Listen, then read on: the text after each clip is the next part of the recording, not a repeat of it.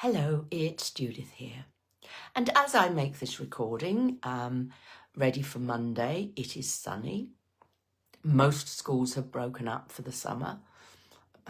Some have got a couple of more days to go next week. And everything in the garden is lovely, isn't it? Maybe.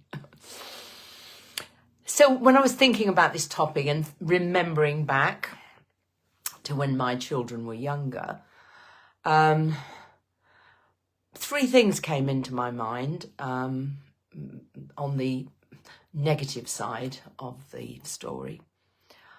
One was the issue as a working mum of what do you do with the children for 6 weeks, closely followed by two, as a working mum, some degree of guilt that I wasn't spending as much time doing as much with my children as other non-working mums or mums who work part-time or whatever. So those are two topics I'm going to cover, maybe both next week, maybe one next week, one the week after. I haven't decided that yet. But what I thought I'd talk about this week is expectations. So if we're lucky, we have a holiday planned.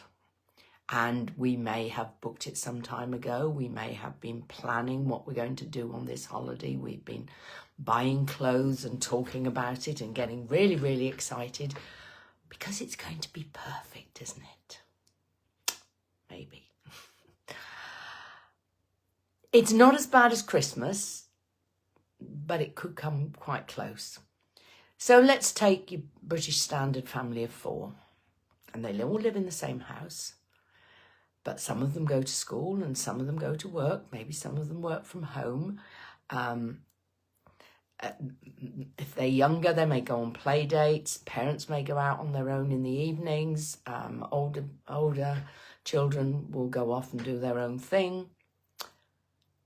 When did you last spend 1 or 2 weeks with your immediate family, 24/7?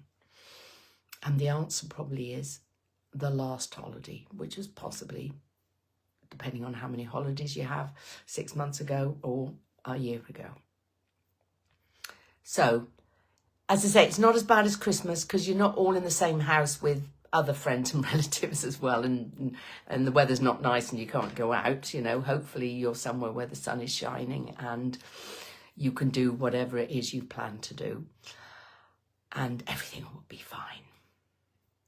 And on top of your expectations that it's all going to be wonderful and everybody's going to be happy, are the pictures that you see on Facebook or your social media platform of choice, where people are posting wonderful photos of holidays and how amazing it is and what a wonderful time they're having, and setting the view that, their holidays go perfectly.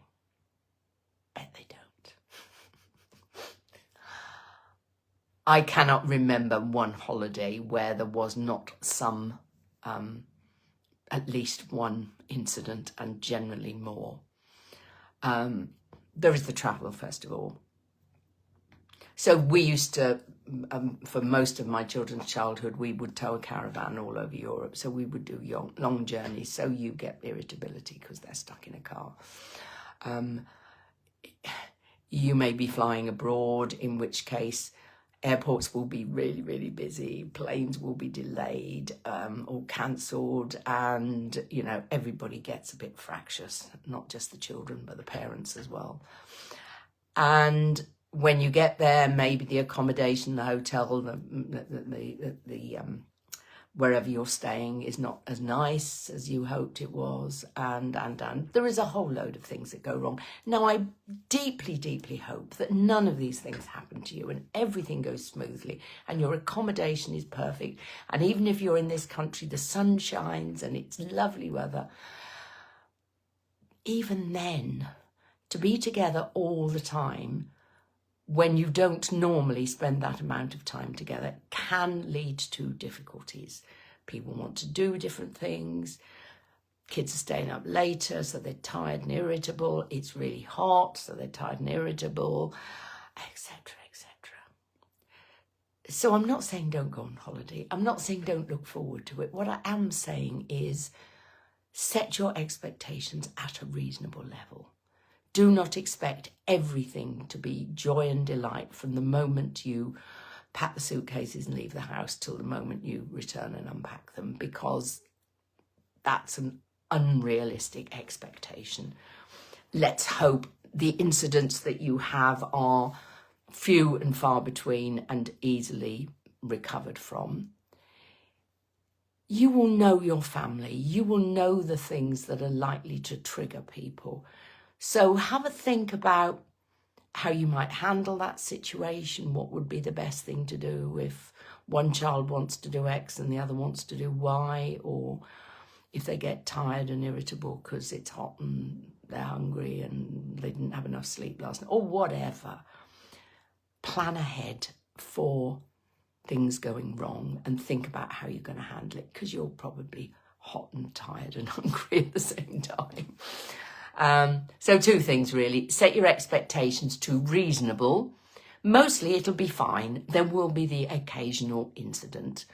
And then think about what is the best way for my family to deal with the things that might happen. And guess what? If you're prepared, you can probably stop things earlier than if you're not prepared. And you may never need to use your plans for dealing with incidents. But don't be upset if they happen. Don't think, what's wrong with me? What's wrong with my family? Everybody has lovely holidays. We end up arguing about X, Y, or Z. Why? What am I doing wrong?